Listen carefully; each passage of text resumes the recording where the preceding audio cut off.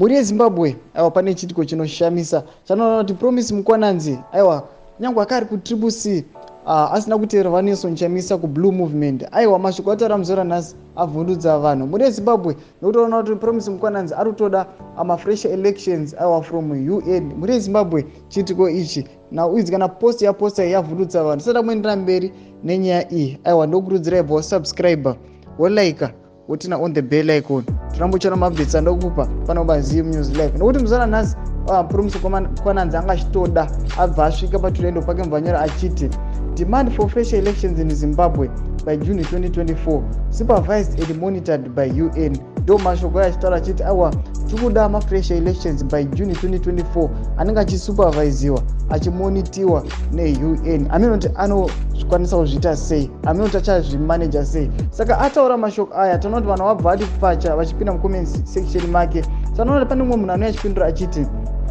but you said by elections are too costly and are a wastage of taxpayer money.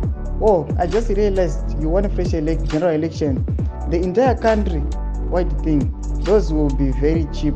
My apologies. Muwano yachitwo uri murwere chete mafungiro akeo muwano yachiti fresh elections is the way forward. Any other narrative is diverting attention to 2028 elections. If you are in opposition, support the petition and let's see how your candidate will perform in the fresh elections. Mumwewo anosvikawo nemafungiro ake achiti we can't talk of elections before electoral reforms.